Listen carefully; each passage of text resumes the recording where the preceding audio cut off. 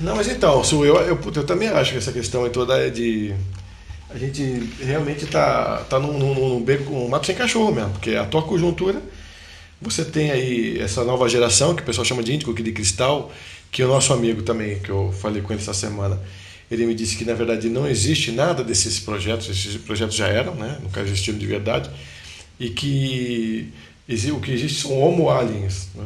Que estão trabalhando aqui, que são as mentes pensantes do passado, que já implementaram toda a característica e a possibilidade desses novos seres começarem a grande evolução, que é o que vai acontecer agora, né? Então implementaram tecnologia, trabalharam melhor a ciência e a própria tecnologia, né?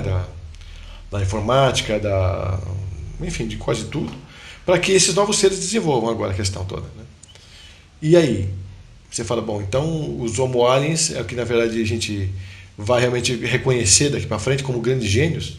Porque ele disse assim que tem crianças de 21 meses já jogando beisebol, subindo pelas paredes, subindo mesmo, que nem alienígenas, subindo pelas paredes.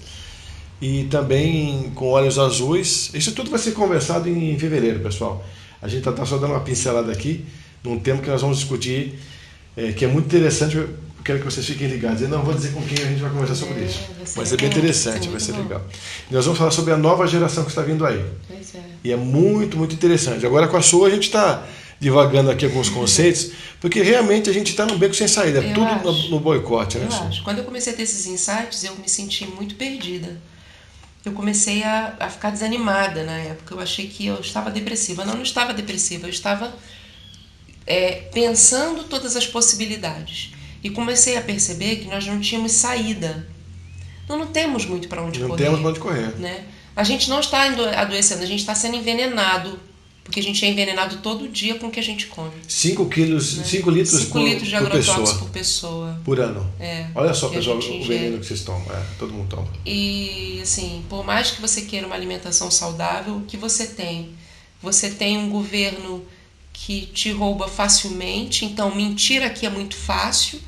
Então, aí, ó, a gente já viu vídeos de envasamento de garrafa de água mineral em fundo de quintal.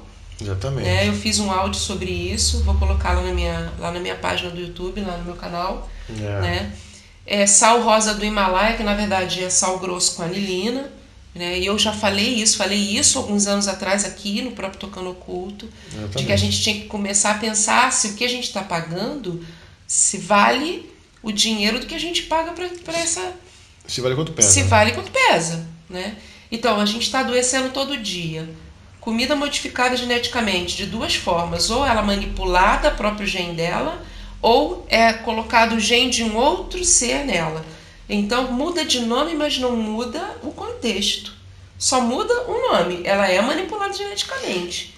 E o que faz isso no seu corpo? Como modifica o seu DNA? Será que isso não é uma estratégia? E aí, quando a gente fala de questões alienígenas, acha que é besteira? Então, você está pensando em invasão ainda, que vai vir alguém cair do céu? Eu acho que a invasão já existiu, a gente já é, entende? Quando você não tem condição de modificar mais nada do seu entorno. Não tem mesmo. Você não tem mais condição. É um sistema que ele não te favorece, uma alimentação que te adoece.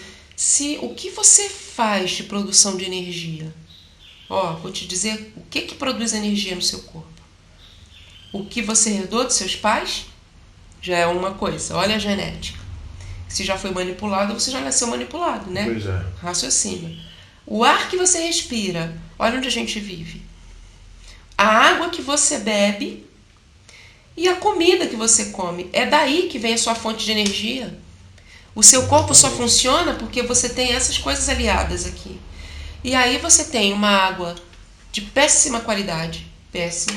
Quando não é adulterada, ou adulterada, fica pior do que ela já é, né? E só pra gente saber, né?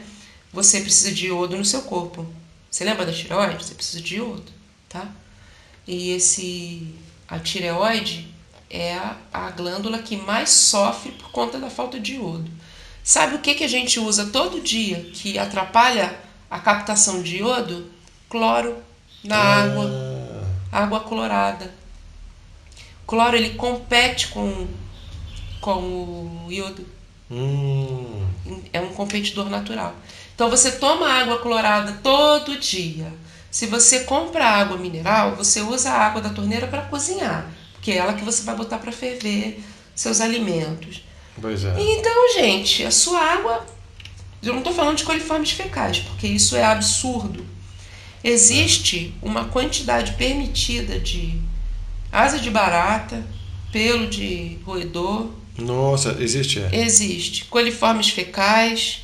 Existe uma quantidade, gente, eu nem gosto de pensar. Eu parei de comer pão, né? É porque Eu você parei falou de comer algumas coisas que farinha não... branca que não é bom, né? Por que começou essa onda de intolerância ao glúten? Começou a onda de intolerância ao glúten porque ele foi modificado. O trigo tem muito mais dessa proteína do que tinha antigamente. E o nosso corpo não está preparado para essa digestão. Pronto. Ele acumula conforme os anos de uso. E você falou sobre a água. A água mesmo, se você for pensar bem, não tem nenhuma novidade no planeta. Toda ela é reciclada, né? Então você encontra os... como é que chama aquela mulher? As anticoncepcionais, né? Você tem todo tipo de remédio dentro da água. Tem. Você tem hormônios, você tem todo tipo de lixo. Todo tipo de veneno, lixo. Que de alguma forma está disfarçando. Resíduo industrial, resíduo de usina. Eu já fui a Angra, já fui àquela região de Paraty. O lugar onde estão as usinas é um dos lugares mais lindos daquela região. Então, se você tiver a chance de conhecer, tem um lugar que eu costumo comer pastel, que é gostoso demais, maravilhoso. Uma vista linda para a usina de Angra. A usina está lá na frente, então tem aquela baía maravilhosa, com toda a vegetação, aquele mar lindo, e a usina está dentro de uma das áreas mais bonitas, que teoricamente deveria ser protegida. É uma usina nuclear, gente. Pois é, então. Sabe, e a gente recebe essas coisas de maneira muito passiva. Não, e outra coisa, se quem se atentar ao fato desse estudo do Masaru Emoto falando sobre os cristais de água congelados, vão perceber que a água é o maior potencial de armazenamento de informação que existe. Então, armazena tudo. Ela armazena pensamento, som. Isso. E armazena escrita. Você pode escrever em cima de uma água. Você pode escrever e colocar em cima da água. Tanto que eu uso gráfico radiestésico. Então, olha aí. Gráfico é isso, né? E os espíritas também falam, olha, você pode colocar também um copo d'água. Você coloca o nome da pessoa. O que a gente faz, gente? Você coloca o nome da pessoa embaixo de um copo d'água. Pois é. Né? Não tem essas... as reações àquilo que é real, né? Então você tem emanações energéticas vindas de figuras. A água é o maior condutor de energia que você tem. Então você pega essa água com muito amor e coloca para alimentar seus filhos, para regar suas plantas. Pensa no amor e emana essa energia para a água, né? Isso é positivo? Isso é bom? Mas não tira o fato de que ela está sendo totalmente manipulada de maneira negativa para a gente. Né? Ainda assim, vamos acreditar que mesmo com essa manipulação, com todo esse desastre que a nossa coitada da água está sofrendo, mas ainda é positivo você fazer um trabalho desse consciencial, né? Com certeza. Porque ainda você, dentro do seu corpo, você ainda tem que... Você precisa exatamente desse líquido para você irrigar. Precisa. E eletricamente se posicionar, né? Sim. Você então, precisa. É uma necessidade mesmo isso daí. E se você quer saber a força das palavras, né? Então, por exemplo, as crianças são seres que são muito susceptíveis àquilo que você fala. Os animais também. Então, existe você pode procurar na internet, tem o Dr. Emoto, que ele fala muito sobre a emanação de energia da água. Ele tem as fotos dos cristais de água congelados, é lindo, né? Então você pensa, se mais de 60% do seu corpo é constituído de água, se você chega para uma criança e repete para ela o tempo todo que tudo que ela faz dá errado, que ela não sabe o que ela está fazendo, que ela não aprende, que ela é burra, que ela é feia, que ela não vai dar certo, o que você está fazendo? Você está impregnando essa água dentro dessa pessoa. Você está impregnando esse tipo de energia dentro dessa pessoa. Ela vai ter uma possibilidade maior, uma probabilidade maior de não dar certo. Inclusive tem um estudo, acho que eu te contei também, que eu não sei se foi um estudo russo, que fala que a palavra modifica o DNA. Então você tem dois componentes aí. Você tem a palavra e a água. Tem. Que é o que exatamente a gente está conversando, onde vai ser o elemento modificador, né? Vai. Transformador das coisas, né? Se você pensar na palavra, a gente pode pegar o exemplo dos mantras. Uhum. Né? O Ho'oponopono também, né? Também. Então, o dizer obrigado, sinto muito, me perdoa, né? Quem não conhece ainda é interessante saber um pouco mais sobre o Ho'oponopono. É muito bom também. Mas, por exemplo, se você quer modificar alguma vibração energética, use um mantra. A palavra em sânscrito tem... É bom você entender o que você está cantando, ali, né? falando, repetindo. Então, a prática do mantra é exatamente isso. É repetir, repetir, repetir, repetir. Porque isso gera, vibra... Uma energia. É energia daquela palavra. Exatamente. Por isso que a da Cabala também tem essa coisa toda, né? As palavras terem força e magia, né? Eles respeitam muito essa questão porque é verdadeira mesmo. Porque é real. Então, o gráfico radiestésico não é diferente. Então, você tem um formato que você reconhece e ele emana energia. Então, você pode utilizar para várias coisas. Tem alguns gráficos que se colocam na porta, por exemplo, com o objetivo de afastar intrusos, né, negativos, energéticos. O labirinto de Hermes, por exemplo, que está numa catedral, né, a Catedral de Hermes, é um desenho de um labirinto, né? Mas eu tive um insight alguns anos atrás que ele é utilizado para favorecer a clarividência, por exemplo, favorecer a meditação, mas para determinadas pessoas você tem que usar com parcimônia, tem que usar com cuidado. Porque é um labirinto, sabe o que eu quero dizer com labirinto? É uma forma de se perder aí dentro. Uma forma de entrar e não conseguir sair também.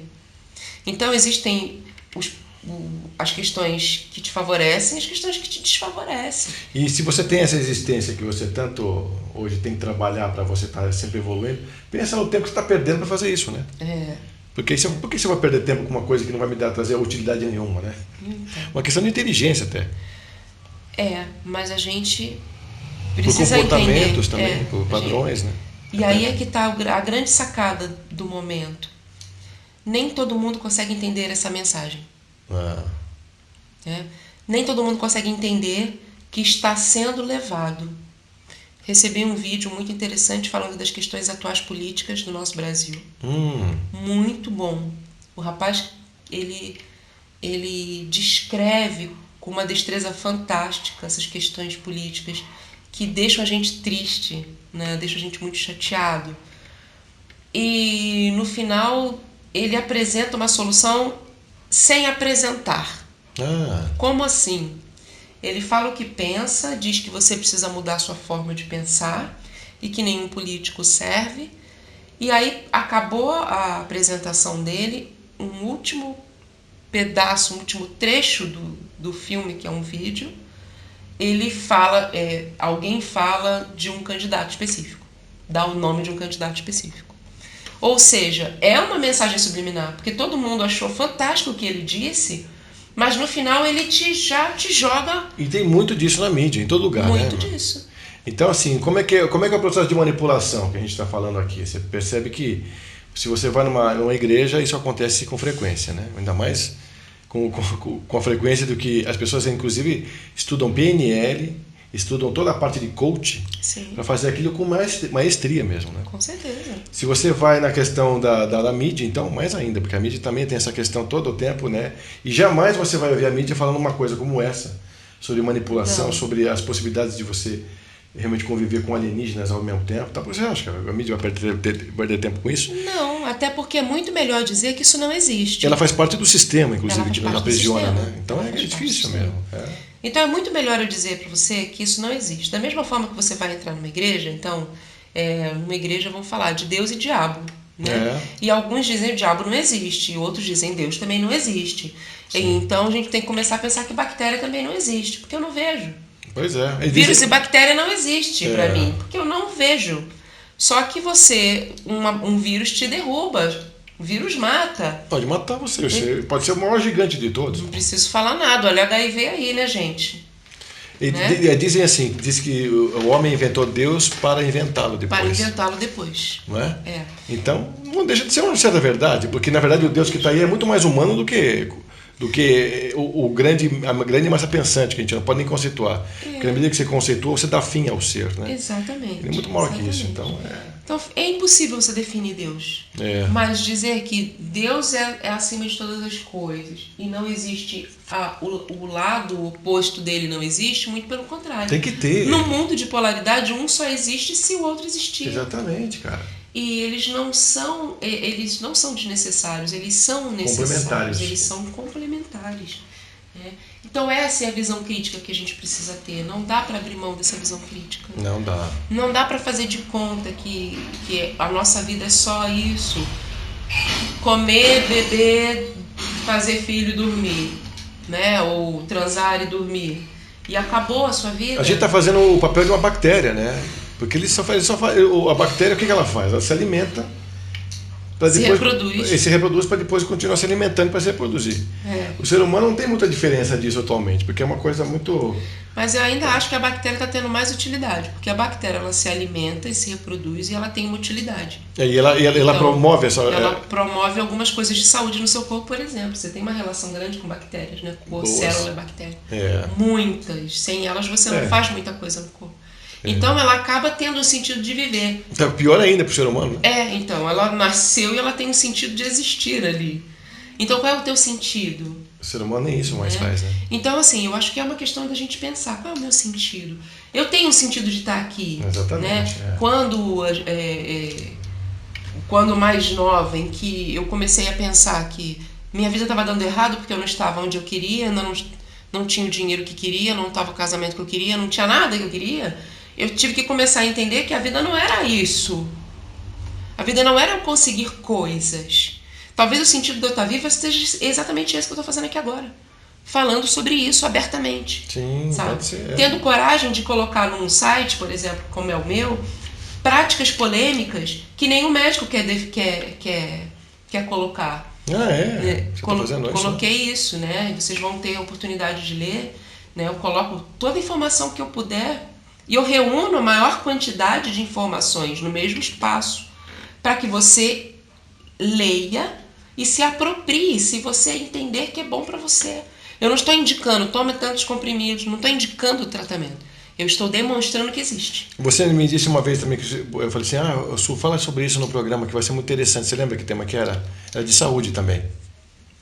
Eu falei de uso de suplemento para insuficiência cardíaca com você, não sei se foi isso. Eu acho que isso também Você falou sobre isso. Falei de algumas também. Coisas assim. Que são importantes. Inclusive, você está tocando no assunto aqui, eu acho legal porque realmente o que você fala, a sua tem uma capacidade assim de deixar uma coisa que é meio esquisita de entender, tá, com muita clareza.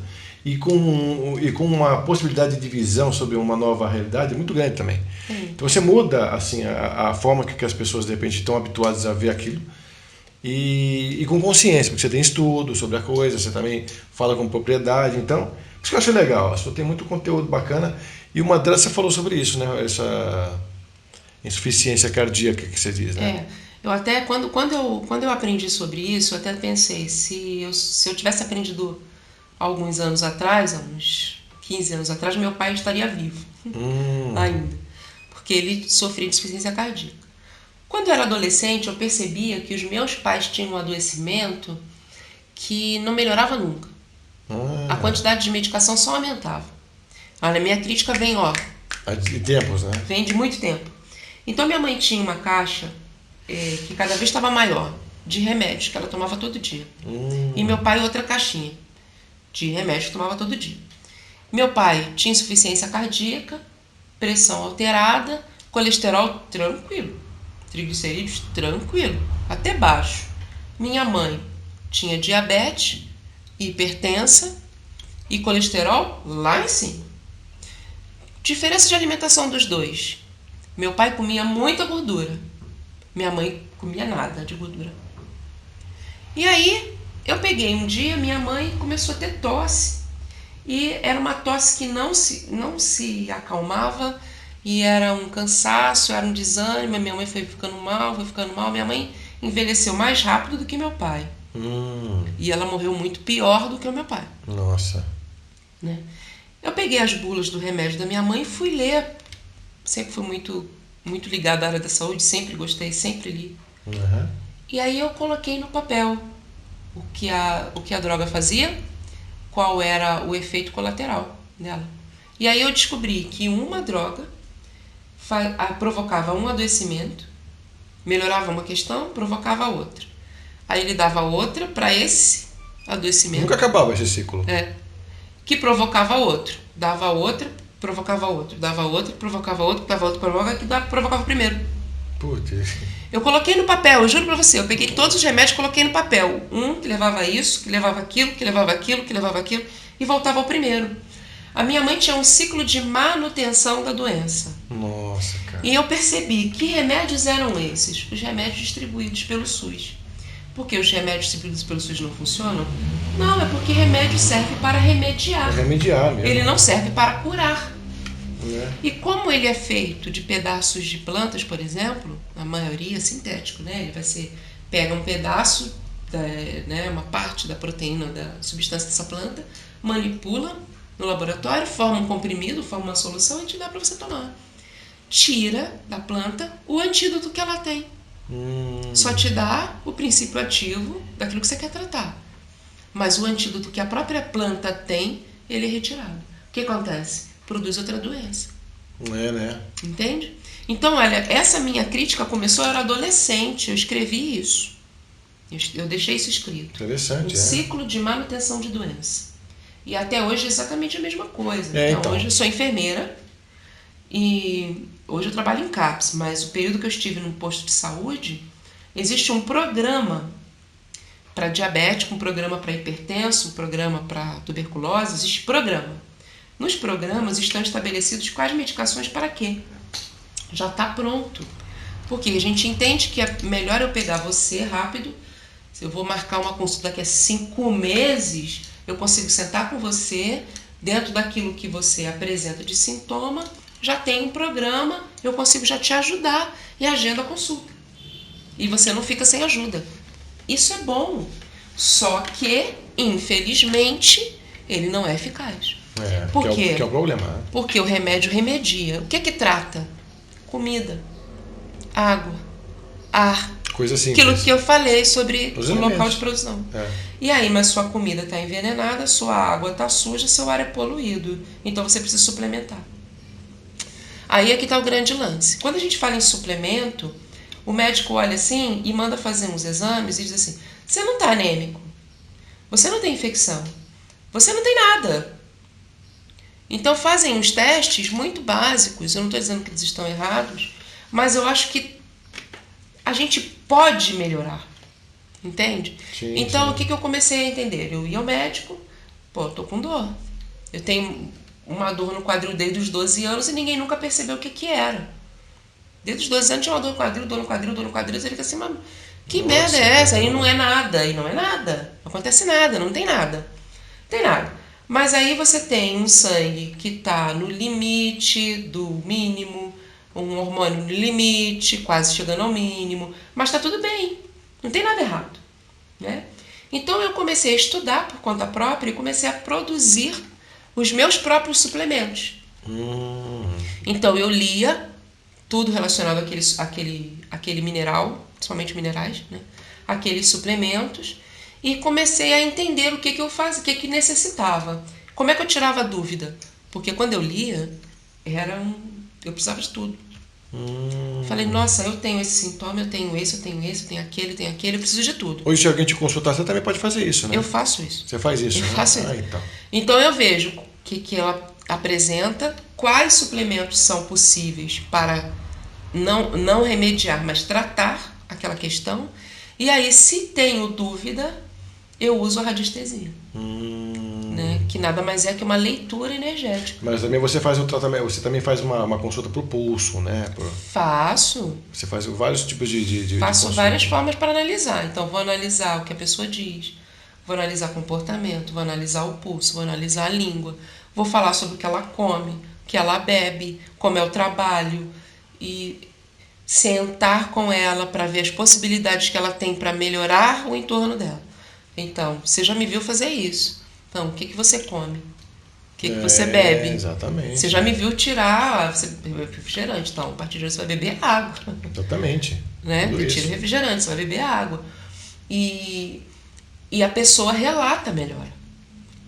Sim, sem dúvida. Fica mais interessante.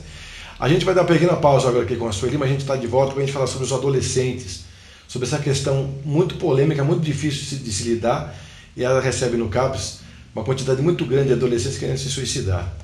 Então essa é uma questão muito polêmica, né, Sueli? Muito difícil, e talvez o recado que ela tenha para dar depois do intervalo para vocês pode facilitar e pode ser muito importante. Então fiquem com a gente aí.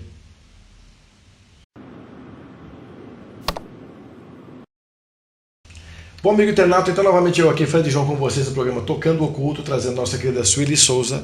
Hoje a gente está falando aqui sobre toda essa abordagem do sistema com relação a você, sobre a sua saúde, sobre a sua maneira de conduzir a sua própria vida e tal.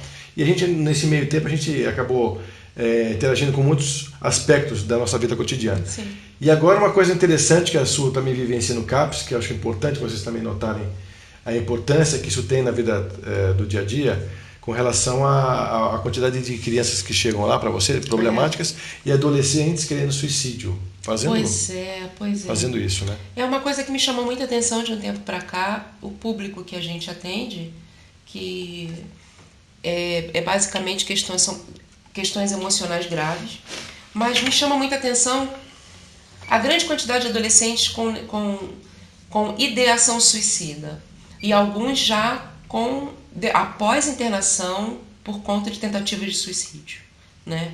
Então eles já tentaram, não deu certo e acabam saindo da internação e indo pra gente, né? Pra gente tratar.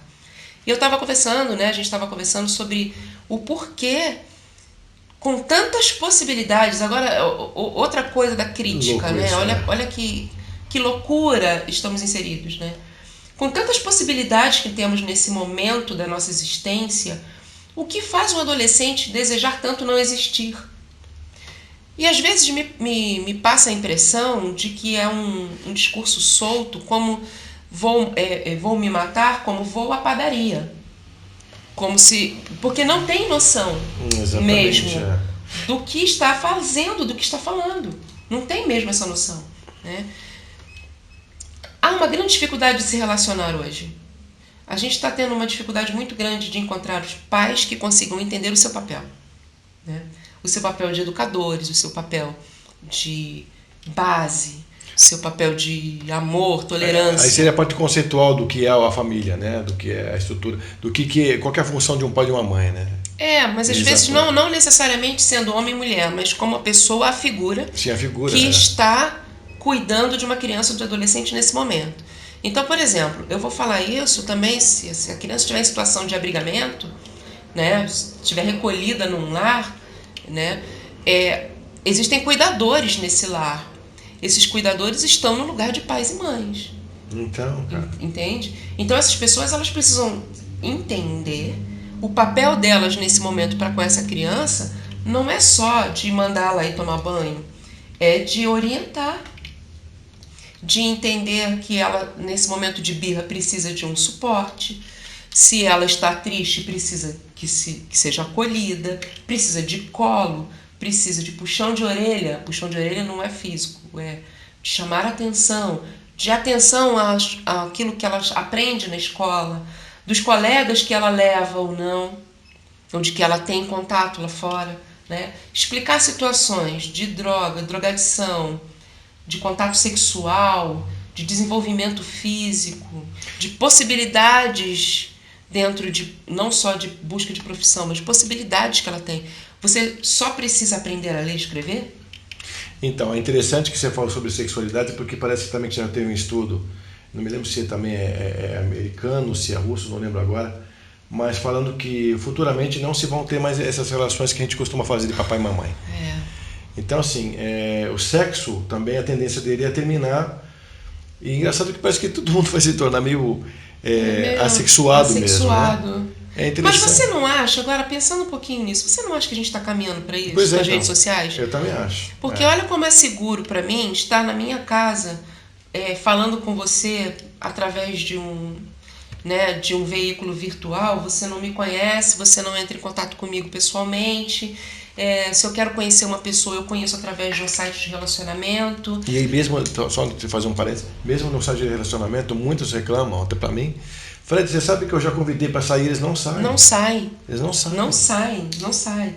E aí você encontra pessoas, eu já encontrei algumas assim, que você conversa, dá o número do telefone, porque é o máximo que consegue hoje, me dá o número do seu WhatsApp. Dou o número do WhatsApp. Continua virtual, né? Mas continua virtual. E aí na hora do convite, vamos nos encontrar? Isso aí não pode, isso não existe. E assim, eu ouvi um termo de uma pessoa que escreveu os dispostos se atraem. Porque tem esse termo que os opostos se atraem? Tem. Né? Então, essa aí, pessoa fala assim, os opostos se tem uma versão, né? distraem e os dispostos se atraem.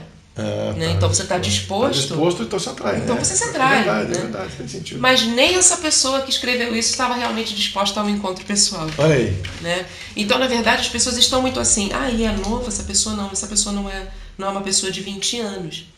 Então, o que vivemos hoje, independente da idade, é um distanciamento do outro muito grande. Eu preciso estar distante de você. É incrível isso, sabendo que isso faz mal, deixa solitário e depressivo. Exatamente. Então a gente fica solitário e chora a dor de estar só. Não, é louco. É louco. É muito louco isso. É louco. Mas e a gente está caminhando a passos largos para uma loucura ainda maior. Então as crianças chegam lá com um discurso pronto, porque aprende na internet que eu me corto para amenizar uma outra dor. Então você causa uma dor no seu corpo para amenizar uma dor emocional, mas eu não sou incapaz de falar sobre ela. Eu sou incapaz de sentar com uma pessoa igual a mim, de pele, carne, osso, e eu não consigo olhar nos seus olhos e falar com você. Eu não suporto a frustração. Então, isso é adolescente. Mas você está falando também de um caso de uma pessoa que já não é mais adolescente, que também está entrando pelo mesmo circuito. É isso que eu quero dizer. É louco isso. Então, acho que a gente está num sistema que está caminhando para essa condição de relação zero. Toque, principalmente, assim, não se toca mais. Né? E quando se faz alusão a isso, fica perigoso. Há muitos anos atrás teve um filme que... Você acha que é o Juiz? Vou falar o nome do filme. O do cara que... Como é o nome dele? Aquele ator que tem uma cara esquisita. Ele fez o Rambo lá. Ele mesmo. O Stallone. E a mulher, eu esqueci o nome dela. Sandra Bullock. Sandra Bullock. Enfim, e tem uma cena engraçada do filme em que eles se propõem a fazer sexo. E ela aceita. Só que ele, como tinha sido congelado... ele ainda tem a ideia do que ele conheceu. E elas já estão no futuro, né? O Juiz é um filme que passa no futuro. E ela diz, trocar fluidos corporais? De jeito nenhum ela quer trocar fluidos corporais. E aí vamos falar de fluidos corporais, né? Então, o suor, a saliva, o sêmen, a secreção vaginal são fluidos corporais. E está começando a ficar impossível de se tocar, né? O advento das doenças sexualmente transmissíveis já foi uma questão há muitos anos atrás, né? Isso já é antigo. Isso vai ser coisa do passado também. Isso é coisa... Não se tem mais contato? Não tem mais contato, daqui a pouco a gente não vai ter mais a questão do adoecimento sexualmente transmissível. Não vai. Pode ser positivo, mas pode ser terrível. E como ficam as questões de manutenção da espécie? Então. Vão ficar reduzidas a laboratório? Quem vai poder realmente fazer uma inseminação artificial, barrigas de aluguel e todas essas questões que já viraram muito polêmicas, clonagem. Exatamente. Os japoneses estão querendo as robôs fêmeas, né? No lugar das próprias esposas. Então. Por uma questão pessoal, prática. Então, é muito prático você ter uma boneca inflável. Não, mas não é boneca, é robô agora. Sim, agora tá com mais... Porque o pessoal oriental é o cara, né? Vamos combinar. Eles são... Que eles estão realmente muito top, à frente. Eles são top mesmo. Então, enquanto a gente está na boneca inflável aqui, eles estão nas robôs. E assim, são mulheres perfeitas, exatamente, né? Eu ouvi um comentário de que as robôs são mais quentes que a mulher. Que a mulher. E eu até comentei isso. Falei, ela não é mais quente, ela é mais disponível. É porque a hora que ele quiser Porque estuprar... a hora que ele quiser estuprar, ela tá disponível. Tá ali. Né? Não vai a polícia, ela vai aceitar, porque ela é um robô. E não vai questionar o ato violento que ele quiser fazer. Ou sei lá que ato será esse. E outro detalhe muito interessante, mulher fala, né? Robô não precisa falar necessariamente. Exatamente. Então, de Não precisa novo, a discutir interação, relação. não precisa discutir a relação. Então a interação humana acabou. Tá mesmo, tá chegando no limiar complicado. Não preciso me relacionar. Eu tenho um robô, faço sexo com esse robô, não vou ter filhos. Se eu quiser ter filhos, eu pago uma barriga. Eu não preciso saber quem é a pessoa que vai gestar, eu só quero o produto. Viramos produto. Exatamente. Numa prateleira. Eu quero um filho de olhos azuis, né? Então eu preciso desse tipo de gene, eu vou produzir esse filho. Nada contra ter um filho de olhos azuis, muito pelo contrário. Mas e daí? Essa criança, e aí, por que eu estou falando disso? Essa criança, ela vai ser tratada como um produto. Ela não vai ser tratada como um ser que precisa de ter contorno, tá? A gente estava tendo uma discussão sobre adoção, onde eu trabalho, porque a gente trabalha com crianças abrigadas. E tem muita criança no Brasil que está precisando de um lar e a quantidade, tá? Crianças para serem adotadas, adultos querendo adotar, é discrepante. Tem muita gente querendo adotar e pouca criança para ser adotada. É o contrário? Mas por que continuam crianças sem ser adotadas? Por quê? Porque o imaginário dos pais é bebê. Então saiu daquele primeiro até os 2 anos, eu acho que é no máximo, a criança dificilmente consegue um lar para ser adotada. Nossa, cara. Então, assim, adolescente, nem falar. Pois é. Adolescente, nem falar. Então temos crianças que já chegaram aos 10, 12 anos. Eu tive o desprazer de ouvir isso de um juiz, de que eu tinha que trabalhar com ele, mentalmente falando, que ele nunca vai ser adotado.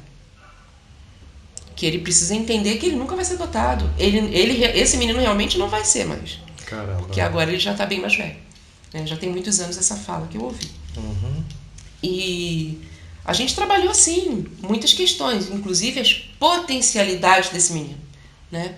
Então nós estávamos discutindo sobre adoção, o quão estranho estão as adoções hoje. Porque essa pessoa vai e se predispõe a ter essa criança em casa, essa criança fez algo que ela não quer, ela devolve. Então é um objeto mesmo. Ela devolve para o abrigo. E o juiz aceita que ela seja devolvida. Por quê? Porque se entende que é melhor que ela esteja abrigada do que vivendo com um adulto que pode maltratar.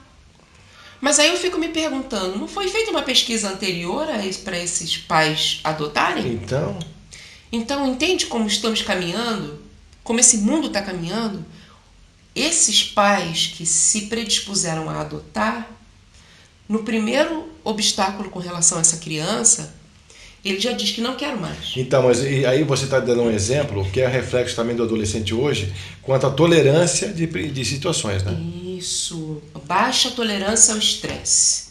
Então, eu não tenho aquele celular do ano, eu tenho uma briga com meu pai, eu e meu pai, a gente não conversa, a gente briga por causa disso, eu preciso me matar. Então, cara, olha isso. Então, e aí como é que tá isso, né? Adolescentes que não conseguem resolver as questões com os pais e se automutilam. E vão ter marcas no próprio corpo para sempre. Então? Por conta do corte. Ela não leva isso em consideração. Por quê? Porque a vida ficou fútil. Ela não tá percebendo que é o próprio corpo, é a própria vida. Tá, e para dar um alerta para o internauta amigo aí, essas crianças que vivem repetindo esse mesmo discurso são potencialmente capazes disso mesmo? Isso vai de indivíduo para indivíduo. Geralmente. Tá? Então, olha só. Um adolescente que vem com o discurso de se cortar e faz questão de mostrar que se corta, ele não tem no primeiro momento uma real intenção em morrer. Ah, tá. No primeiro momento. No primeiro momento. Mas ele pode desenvolver isso. Ele pode piorar isso. No primeiro momento, o que ele quer é chamar a atenção. Ele quer a atenção de alguém. Tá?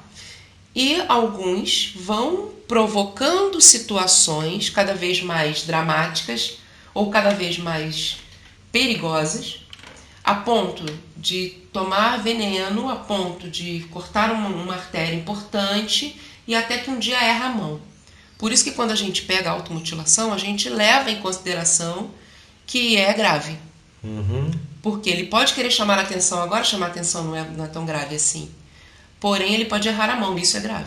Então, e o que é pior em tudo isso é porque se a gente está caminhando cada vez mais num momento solitário do ser humano, quer dizer, você jamais vai descobrir a real intenção daquele sujeito. É difícil descobrir. Não é? Porque você muito difícil descobrir. vai ficando cada vez mais difícil de conversar com ele, de poder entendê-lo melhor. As patologias não podem crescer de forma individual e de uma forma assustadora. Pois é. Né? E na saúde mental, eu comecei a perceber que algumas coisas que antigamente eram tratadas de um jeito viraram Código Internacional de Doenças, viraram CID. Então, o transtorno de conduta hoje é um CID. O transtorno de conduta é aquela criança que não aceita regras, que a gente tem dificuldade de dar contorno, que você precisa falar 20 vezes, ele vai errar 20 vezes. Mas você não pode desistir, você tem que continuar. Quando isso virou um CID, isso virou doença, a sociedade colocou num patamar que remédio vai dar jeito. E aí o pai tira um pouco dele da responsabilidade e deposita a responsabilidade no remédio e nas terapias. Então tem gente que acha que criança feliz é criança que passa por psicólogo. Não consigo ver desse jeito, né? Então eu acho que quanto mais terapia você precisa, mais precisa repensar essa situação. Peraí. Bem, tu precisa ver também se esse terapeuta é funcional, né? Eu não vou discutir a questão do terapeuta porque é muito complexo isso, né? Mas assim, às vezes... Não, porque eu estou perguntando porque assim, de repente o cara não entende que aquela pessoa tem um distúrbio de comportamento X. Ele me diga para Y. Então também ele também acaba atrapalhando o processo. Mas olha só como é difícil. Vou te dar uma situação que é muito difícil da gente saber o que é real ou não. Porque se você chega, você sabe exatamente que sintomas, você pode mascarar, você pode fingir. Você pode fingir. Sim. Né? Você pode chegar no consultório dizendo que está sentindo, vendo, ouvindo. Como eu vou saber que você está vendo ou ouvindo? Impossível. Só que existem características que quem é terapeuta entende e percebe que esse discurso está vazio. Tá. Esse discurso ele não tem base. Pé nem cabeça, não tem início, não tem fim, não tem base, não tem substância. Então, quando a pessoa chega dizendo que está alucinando, ela chegar dizendo que eu tô vendo uma abóbora sentada ali. O que essa abóbora fala para você? Não fala, ela faz um barulho. Sabe? Né? Então a gente já sabe que alucinações visuais são raras, alucinações auditivas elas são mais reais, alucinações auditivas. E você percebe uma pessoa com alucinação, porque ela interage com o que ela alucina. Ela interage mesmo. Tá, ela interage. E você percebe na conversa, né? Você percebe. Tem uma face específica que não dá para explicar, que é uma coisa que a gente que está na área já vê há muito tempo. Então você olha para essa face, ela tem um contorno, ela tem um olhar vago, ela não está olhando para você, ela está olhando além de você, está atravessando você. Então isso define que o adoecimento emocional dela não é tão fácil assim. Ele é um adoecimento que está um pouco além, né? Então, é profundo, né? Você disse. É mais profundo. Então, um transtorno de personalidade, que é essa pessoa que corta e mostra para a mãe, né? Levo uma faca escondidinha pro banheiro, dou uns risquinhos no meu braço, depois eu grito para minha mãe no meio da noite e ela vem me socorrer no meio do corredor com meus cortes no braço. Então, essa pessoa no primeiro momento precisou da atenção dessa mãe. E a melhor forma de chamar a atenção da mãe é adoecendo. Pois é. Que mais toca uma mãe do que um filho doente, gente? Pois é. Filho doente mata a gente. Então a gente corre, leva para o hospital, faz tudo o que tiver que fazer. Mas se essa pessoa não tem um contorno, sabe? Não encontra um terapeuta que chegue para ele, olha, tudo bem, eu te entendo, vamos conversar sobre isso, mas não é bem assim, né? Essa pessoa só vai piorando. Então, o que eu acho também nessa questão toda é o seguinte, a gente tem que entender que essa nova geração não é a mesma, igual aquelas anteriores que são mais afetivas. Não são. Não são, né? Elas são muito mais desligadas de tudo isso, né? São muito mais potencialmente inteligentes, né?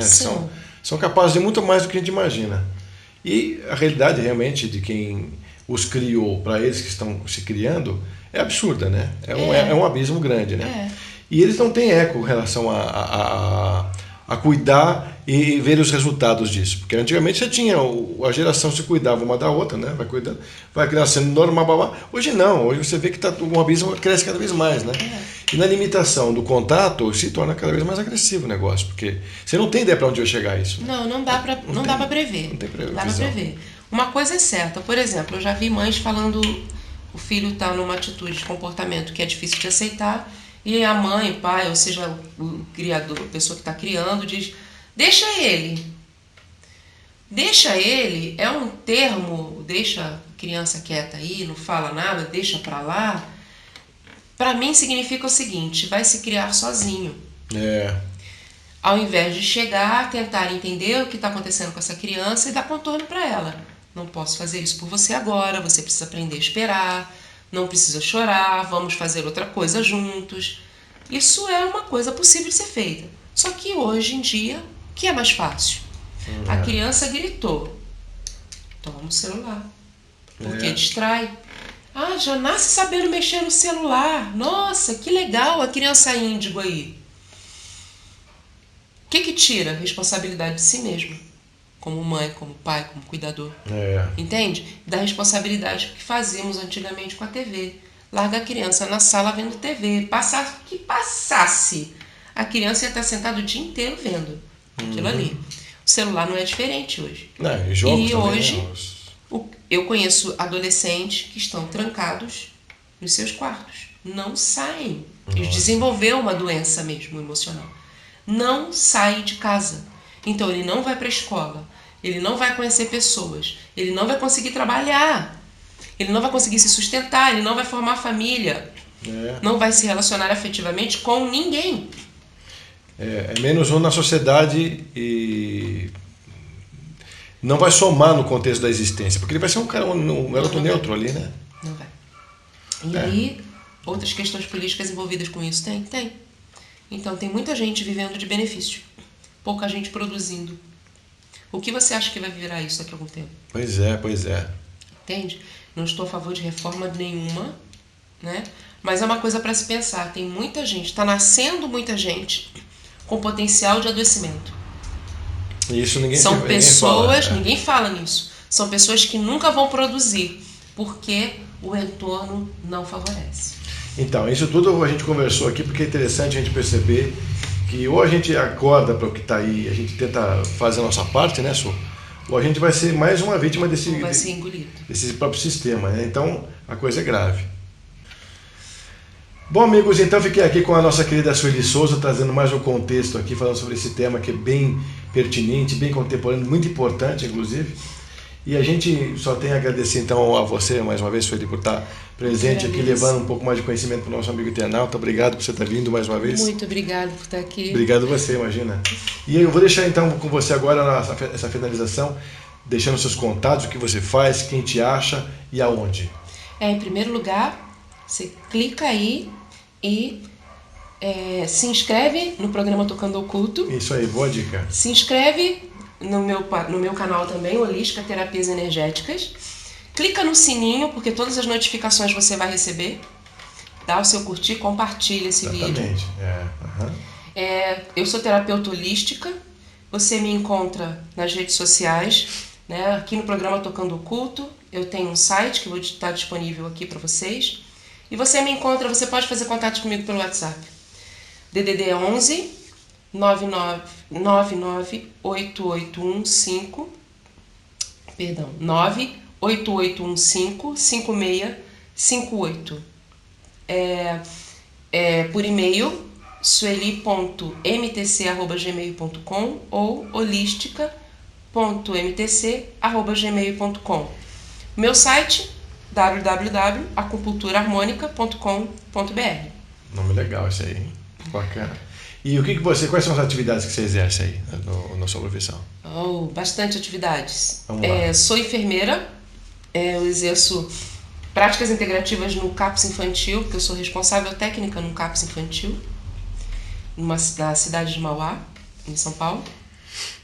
Sou acupunturista, massoterapeuta, radiestesista e tem várias técnicas dentro das terapias energéticas. E a vantagem da Sueli é que ela é mesmo. É verdade.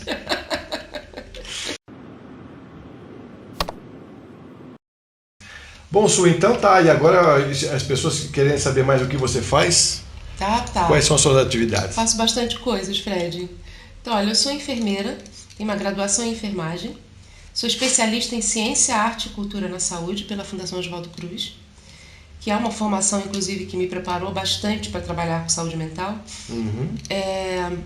Sou acupunturista e terapeuta energética. Dentro das terapias energéticas, tem bastante formação aí. Auriculoterapia chinesa e francesa, massoterapia, cinesiologia, radiestesia, uso de orgonites, Caramba. cromoterapia. Poxa, Tem muito mais coisas aí, gente. pulsologia também que você faz? Usa a pulsologia e o estudo da língua para fazer os diagnósticos dentro da medicina tradicional chinesa. Dietoterapia dos 5 elementos, né? É acupuntura estética também. Além disso tudo, uso de fitoterápicos chineses e brasileiros. Então, se tem alguma necessidade, eu tenho formação para indicar alguns chazinhos, o que as pessoas usam sem muito conhecimento. Eu consigo indicar os elementos que você realmente precisa. Né? Legal. Fora isso, sou estudiosa das leis herméticas, né? E uma questionadora da vida o tempo todo, com essa linguagem crítica. Isso é muito legal. Exatamente. E a Sueli sempre tem contribuído muito com as informações, porque ela levanta alguns temas que a gente gosta de abordar aqui, e ela também estuda e depois contribui com, até para ela e para os próprios clientes que ela acaba atendendo, né, com os pacientes com certeza. dela. E assim, você vê que ela é uma eterna aprendiz e eterna questionadora sempre, Com né? certeza, o tempo todo. Sempre fazendo, e com muita propriedade. Sempre que você pega ela falando sobre alguma coisa, ela vai de vento em popa, né? Sempre trazendo muito conteúdo, realmente. Então, Sueli, mais uma vez a gente só pode te agradecer por a gente estar junto nesse programa, mais uma vez o programa Tocando Oculto. Eu que Oculto. agradeço estar com vocês. Obrigado. E aí, fiquem então com o nosso próximo Tocando Oculto, que tem muito mais para vocês aí. Até lá.